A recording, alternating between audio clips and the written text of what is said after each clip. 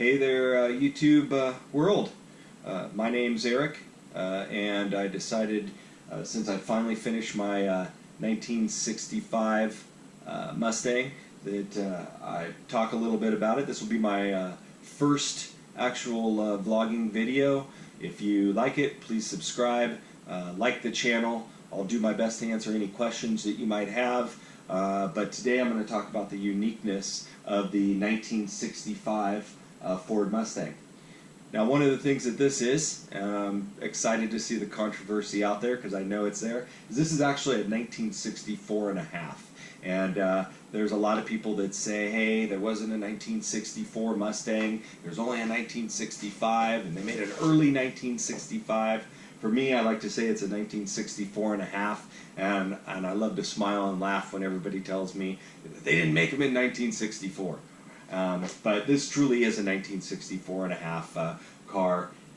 There's some definitely ways that you can go out and try to figure out if you've got a 1964 and a half or you have a true 1965. And so this video, hopefully I'll walk through some of those with you. You can take a look at your car, determine, hey, do I have a 1964 and a half or do I have a 1965 vehicle?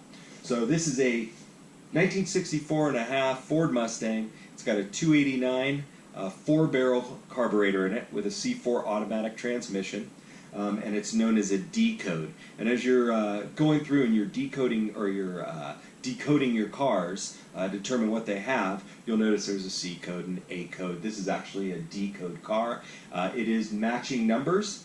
Its original color is pretty true to this. We were able to match it due to us pulling the seats out, and the original color was there.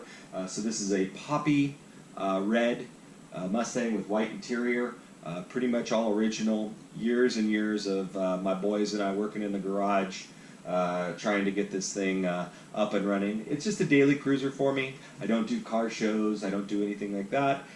It's just something fun for me to have and some good quality time that I got to spend with my boys building this thing. So with that being said, let's talk about the uniqueness of the 1964 and how you can identify it. Probably one of the number one things is in 64 and a half, they didn't put alternators in them. They put generators. So this vehicle has a generator. It still truly has its generator in it, and I'll show you guys some video here in a little bit of what that looks like. The air horns, the Mustang had pretty large, significantly large horns on them. And in 64 and a half, they mounted them to the frame of the vehicle next to the radiator. In the subsequent years, 65, 66, they were actually mounted up on the top side next to the radiator on the outside by the grill. In 64 and a half, Ford wasn't yet placing their power steering pumps. They actually used Eaton power steering pumps. This vehicle still has its original Eaton power steering pump, and that's important for you to know. If you ever need parts on it, you got to make sure you know exactly what power steering pump you have on it. 64, they had the hood hinges were actually painted black. They weren't painted to match the car. They were just painted black. So that's another sign that you could possibly have a 64 and a half. They had problems with these original cars with overheating. Both the radiator overheating. It was just a 3-blade fan. I've switched mine out. I have the original 3-blade, but I've switched mine out to get a little bit better air movement to keep the motor a little bit cooler. But they also had problems with the batteries overheating. So they put some extra venting in the grill to try to assist with the battery overheating issue.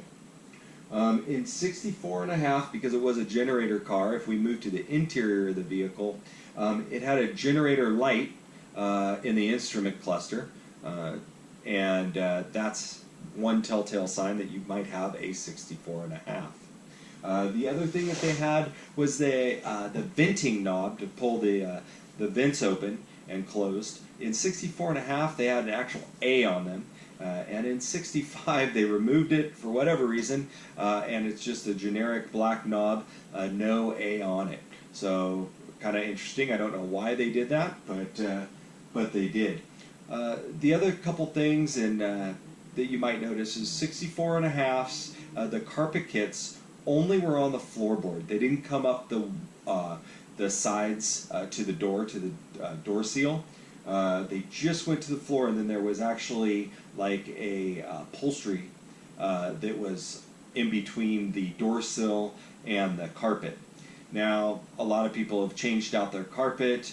For me, I went ahead and just have the carpet going all the way up to the door sill now. That's one of the changes that I made when I put my new carpet kit in this. But true 64.5s didn't have that.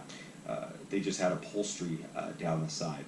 So with that being said, those are some of the key highlighted parts that really make a 64.5 a true 64.5. Of course, now you can always take your VIN number. It's located in several places. Probably the most prominent is on the driver's side. You're going to have the stamp right underneath the hood on your actual frame of your car, and you'll be able to go to any decoder spot and type in, and you'll be able to see exactly where your car was built and when it was built. So with that being said, let's walk around the car. I'll point out a couple of these things. Like I said, if you like this video, like it, subscribe to my channel. I'll answer any questions you might have. Like I said, just an average guy working in the garage, so feel free to reach out to me.